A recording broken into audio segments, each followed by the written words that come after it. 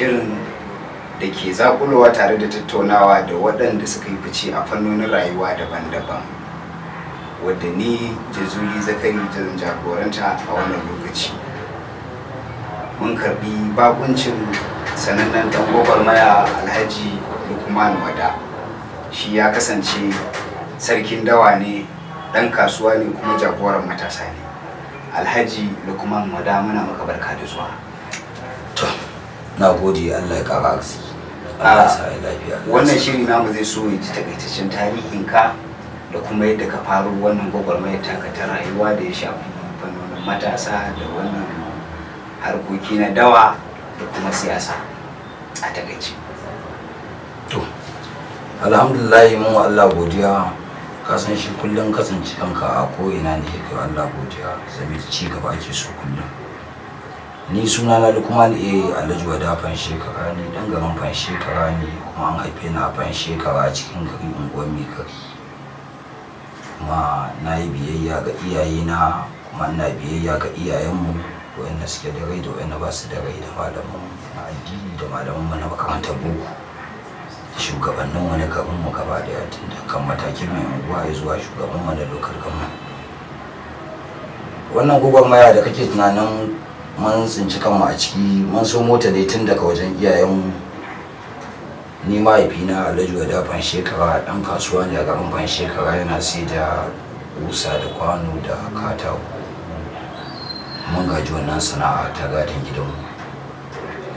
Tun ina yaro mahaifin me yake dauka na yake kai ni gonaki, ina gani ce ke al'ada da kasuwanci da jama'a. Ni ma Allah ya nufa har na gaji wannan abu. Ba zan manta ba, akwai lokacin da mahaifin me yake aike na in je hayin kogin siyo masa kayan shayi a ƙasa. Idan na tafi ina tafiya ina waka haka dai har in kai garin yan danko ko garin hayin kogi dan samun su ma kayan da yake so in kawo ma gidanmu. A wannan lokacin Jazuli, abinda zai baka mamaki, duk dan Fanshekara cikin garin Fanshekara ba ita wata hanya da zai fita daga Fanshekara, dole ya ta titi. Bayan gari ya kwanta, hankali ya kwanta, muka ladabi masu gonaki da yadda shugabanninmu da yadda manyanmu, aka zauna muka dinga neman tabbatarwa da mutane titika zuwa gidajensu. Dan ba zan manta ba, akwai titin da muka fara gyarawa wannan Alhaji Abdulkadir Sagir Abdulkadir ya yi shi, wanda yake kan titin gidan su Professor da gashi. Bayan Alhaji Abdulkadir Cala ya zo, Alhaji Sagir Abdulkadir ya zo ya gyara shi, ya lalace, ni na zo na dauke shi na gyara shi. Akwai titin da na dauke shi da kofar gidan Malam Mutare mai itace na kai shi Mamuda Abu. Ka ji tambarin da Lukmanu sarkin da mutan Fanshekara ko gobe Fanshekara. Idan suka ji kana maganar yin titi, za su suna da buƙatar ƙarin bayani. Shi wannan titin kwangila ake baka ka gyara, ko kuma akan kashin kanka kake wannan aikace-aikace? To, mai saurara ya bude kunnan sai ji tun da kan matakin kamsila har zuwa shugaban karamar hukuma, ba wanda ya taɓa naira 5 a aljihuna nake yi.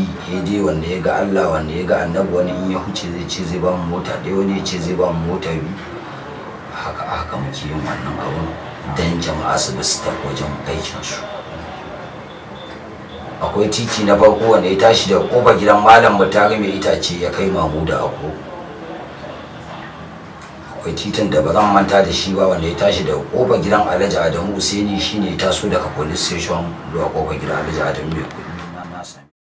Ya koma yaƙi ba don maza su kan da hure. wallahi sai namijin kirki, sai maza masu mai da ragon suna musulman. Ka ji tambarin da Lukmanu sarkin da mutan Fanshekara ko gobe Fanshekara za ni ganga tauri. wannan Fanshekara bane musulman sai da Zaga na sarki ninge. sai godiya dan mai naman gida da naman saura. Allahu akbar. sarkin da Fanshekara musulman. Alhaji dan Musa Balairi ya tabura mi sai mun zo. Allah ya kawo ta Balairi ji kan hannu ji kan Ya samu wani kuma wanda ya tashi da kofar gidan magaji Aliyu Fanshekara, na dauke shi na kai shi garin Endon. sai namijin kirki sai maza masu mai da ragon suna musu ba ka ji tambarin da lukmanu sarkin don mutan fan shekara ko bai kofa gidan dan juma manyan mu dattawan mu na gan sun tabbatar da shi ni na zo na sa maburi na dauke shi na tafi na kai shi garin yan danko yanzu ma haka in ka bi daga cikin garin fan shekara za ka fita ka je yan danko a mota ba tare da gona wani ta kare ka ko mutum ɗaya ba. wa'annan tarin aikace-aikace da kake yi wanda za ka ga waɗansu ma da suke da manafin iko ba su fiye yin aiki mai yawa haka ba, ta yaya aka yi kake iya yin wannan ayyukan da aljihunka? To abin da yake faruwa wata gona idan na je na tara an ce ta wani ce wannan ta wani ce tun da ni ba faɗa nake da mutane ba in je wajen mai gona in je wajen wannan nemi arziki su yi min arziki dan su ba mu wannan hanyar in suka aminta sai in sa yara su baji sai mu zuba mata birki da haka idan muka yi ta garin yan danko akwai titi da muka ɗauke shi daga ƙofar gidan Alhaji Sani Fata ni na taka shi ni na fidda shi na kai shi har garin yan danko sai na kai shi Coca-Cola. sai namijin kirki sai maza masu mai da ragon suna musu ba ka ji tambarin da lukmanu sarkin don mutan fan shekara ko gobe ban shekara zani ganga tauri wannan fan shekara bane musu ba sai da daga zaga na sarki ninge sai godiya dan mai naman gida da naman saura da Musbahu ya sa mar burji lokacin da nake wannan aikin ba zan manta ba idan na dawo gida na idin mika wa matata in ce ta tashe ni tsaye wallahi ba zan iya ba kuma aka wannan aikin aka gama ko shugaban karamar hukuma ko shi Alayhi Musbahun ko wani ba wanda ya taɓa banda ya haife ka mun yi da kafan mu da gumin mu da dan jama'a mun kai wannan titin sai da ji Coca-Cola a cikin hikima Allah da ya dare mai girma daga cin fan shekara shine ya tsaya har wannan titin ya zama ya yi ninkin da Coca-Cola cikin yadda Allah. Alhaji Lukman waɗansu suna ma lakabi da sarki wannan suna ina ya samu asali? To shi sarki da ka ji ana magana shugabanci ne na harkar farauta da aka yi naɗa ni mutane suka taru aka naɗa na garin fan shekara ni ne shugaban farauta na garin fan shekara wannan dalilin yasa ka ji ana maganar sarki. To dama ka samu gogewa ne a fannin ita farauta din ne ta dadewa? Ita farauta muna yi mun koyi ta a wajen manyan mu ne wasu manyan namu suna da rai wasu sun rasu sun koya mana mun koya kuma muna yi dan ina farauta a jiha ba wai jiha Kano kawai ba musamman ma in ka tafi hanyar Kwatano tun da kan irin su Ibishi siminti irin su kwastan na biyu zuwa su kwakwa zuwa su awo makarantar boko nan hanya a beku take nan birnin dutse ina sauke tanti na farauta kwana 7 da mu da manyan yawan su malam baran na kala su baban matulji kan ayya su dawa baban nan mu jira shugabannin farauta da jihohin Lagos su zo da Ogun da Osun mu haɗu mai farauta ta kan gaba daya. Wannan da shine takaitaccen yadda aka samu wannan suna na sarki. So waɗannan ayyuka da kake ta gudanarwa da suka shafi matasa da hanyoyi da sauransu waɗansu za su yi tunanin ko kana da wani ƙudiri na siyasa a nan gaba shi yasa kake yin sharar fage. Masu sauraro da kallon za su buƙaci su san wace irin rawa kake takawa a siyasance, shi ka yi siyasa a baya ko kuma kana yi a yanzu ko kuma sai a nan gaba ne kake da buƙatar shiga cikin fage na siyasa a dan halittu? To alhamdulillah na yi siyasa a baya gaskiyar magana ban ji daɗin siyasa da wayanne siyasa da su a baya ba dalilin haka ne haƙuri na koma gida na zauna ban sake neman wani ɗan siyasa ba na ci gaba da ayyukanmu da muke wa talakawa wayanda za su je garurukan su sai yanzu kuma Allah a cikin hikimarsa yan siyasa da kansu suka ɗauko mu suka ce suna son su zo mu mu'amala da su musamman ma mai girma ciyaman ɗinmu na lokal gamma na yanzu Alhaji Garban ƙauye da na gaice yake taimakon mutane na shigo da taimake shi don magaman kai gaci mun kori wayannan mutanen. To a takaice kana da wani buri ne na yin siyasa a nan gaba kamar tsayawa wani mukami?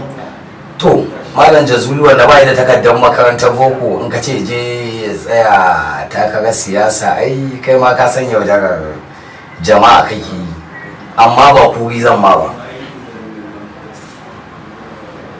in dai aiki ne a yankunan mu za a samu ko ba mu da rai.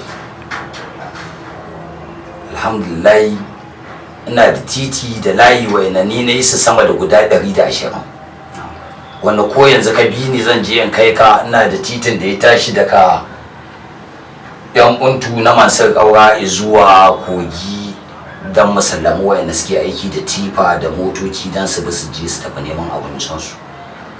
Kuma akwai titika da dama wanda idan ka bi su ma za ka gani kai ma ba yi an gaya ma ba, ka san ka ce wa dan siyasa ya zo ya ma wannan aikin, shi ma ya sani aiki ne mai mahimmanci wannan, in yi ya dace a yaba masa. Muna roƙo muna nema in 'yan siyasa sun zo za su taimake mu, dama muna neman taimakon su. To lakabinka na jagoran matasa za a ga ko da yaushe kana tsakankanin matasa na al'amuransu da sauransu. Yaya wannan kake gudanar da shi, kuma wani shauki kake samu a wajen taimakon matasa da samun musu mafita? To abin da za ka so ganewa, ka san ita juma'a da za ta yi kyau tun daga ranar laraba ake gane ta. Duk wani wanda zai ma kuri ko ya ce ma yana da mutane ba aka gane haka ba, dai ka mu ba shi aran filin bal ɗin secondary school na fan shekara.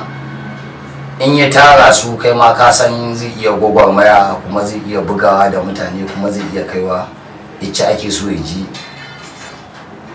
Kai ni tsayan gaya ma wata magana daya, Malam Jizu, wannan aikin da kake gani muke wa mutane ba mu ne musu ne don su rama mana ba.